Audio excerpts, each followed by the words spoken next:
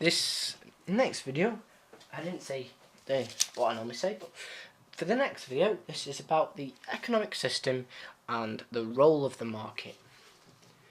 So basically, we have talked about, in our previous video, we've talked about a few things. We've talked about PPC, we've talked about economic growth, we talked about, well, a little bit about economic growth, we talked about specialisation. So an advantage of specialisation, just to go over it, is increased trade between rich and poor countries.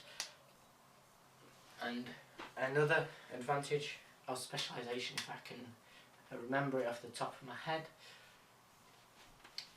see if I'll just go back actually. I know this is about the thing, but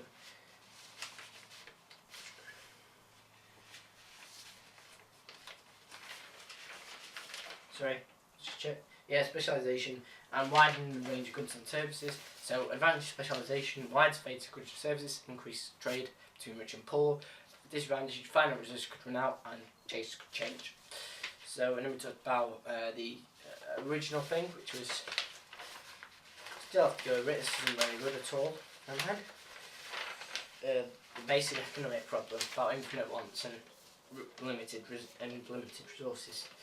So we said we're going to go over the role of the market today.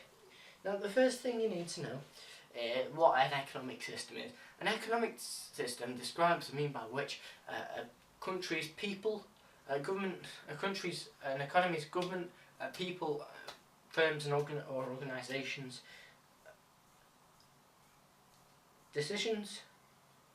So it's the way the country's people, government, firms, and the economy as a whole make decisions to the way production is organised.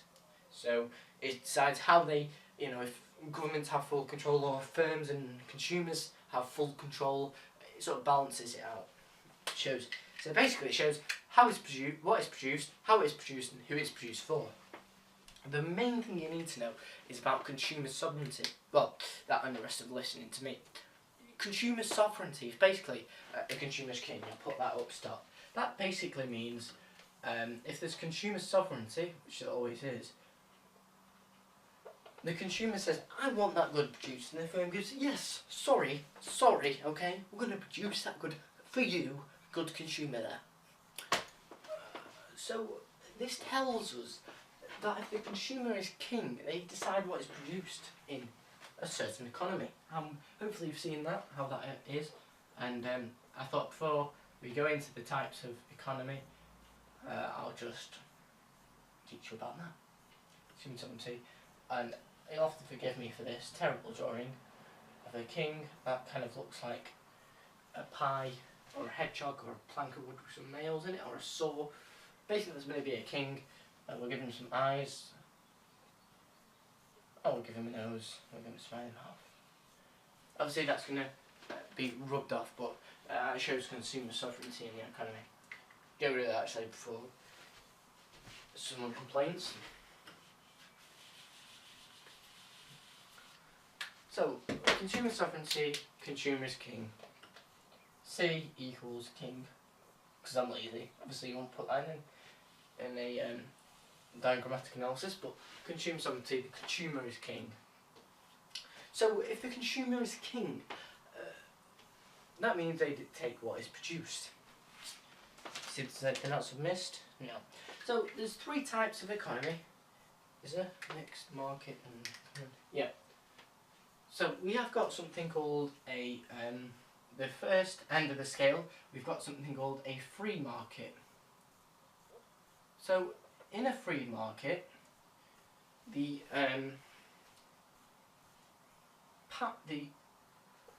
what is produced is decided through something called a market mechanism, and this is through the forces of demand and supply.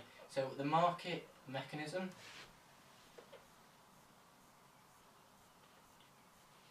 and this is dictated by the forces of demand and supply, or D&S for short. Obviously we'll go into demand and supply in a later video. We've got the free market. We've got something sort of in between the extreme of the free market and another market at the end, as we're slowly building up government intervention, which is a topic we will cover in later videos. Free market, number 2, we have the mixed economy, or mixed.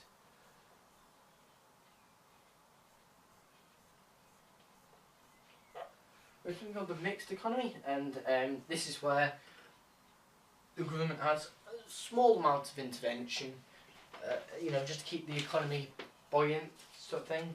But generally, the way it's organised is like the consumer or market mechanism. So I'll just put market M plus government.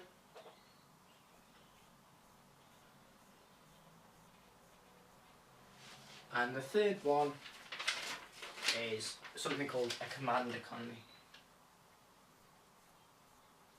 Now these economies are not seen anymore. Well, they're in North Korea, but YouTube, Apple get hacked and etc. So we've got something called the command economy. Now this command economy is the strictest. So down here, at the free market end, so I just put we have absolutely no government intervention. And this is full G intervention. So the government says you're going to produce this, we're going to tell you to produce this, and it's good. However, it doesn't encourage firms to produce more, it doesn't encourage people to innovate stuff. So the economy, everyone has a job, but everyone's paid about the same to even out the equal distribution of income. So no one's motivated. It's generally quite a boring and constricting time, the command economy.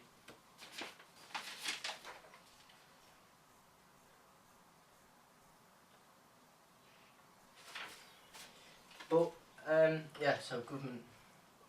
Now in a command economy, obviously, there's some people, I just put government safety control, there's some people in the government, in the command economy, that will think, I don't care what you say, Mr. Government, I'm gonna, the sort of general stereotypical teenager spread throughout the economy, is gonna go, I'm gonna go and trade on something called the black market. Now, unfortunately, it's not just generally just painted black, it's black because it's illegal, and obviously you shouldn't be doing it. And obviously if it's illegal, the government doesn't know about this, so you could trade things for rock bottom prices, as to speak. So you wouldn't have tax on it, for example, you wouldn't have to be paying tax because the government doesn't know about this. So the command economy could lead to something called the black market or an informal economy. Examiners prefer to hear the word informal economy. Now, hopefully you've sort of got that. I'm going to close my window because there's a crying kid outside. You just know. Alright, so that's the main bits of it, and hope you've enjoyed it. We'll see you in the next video.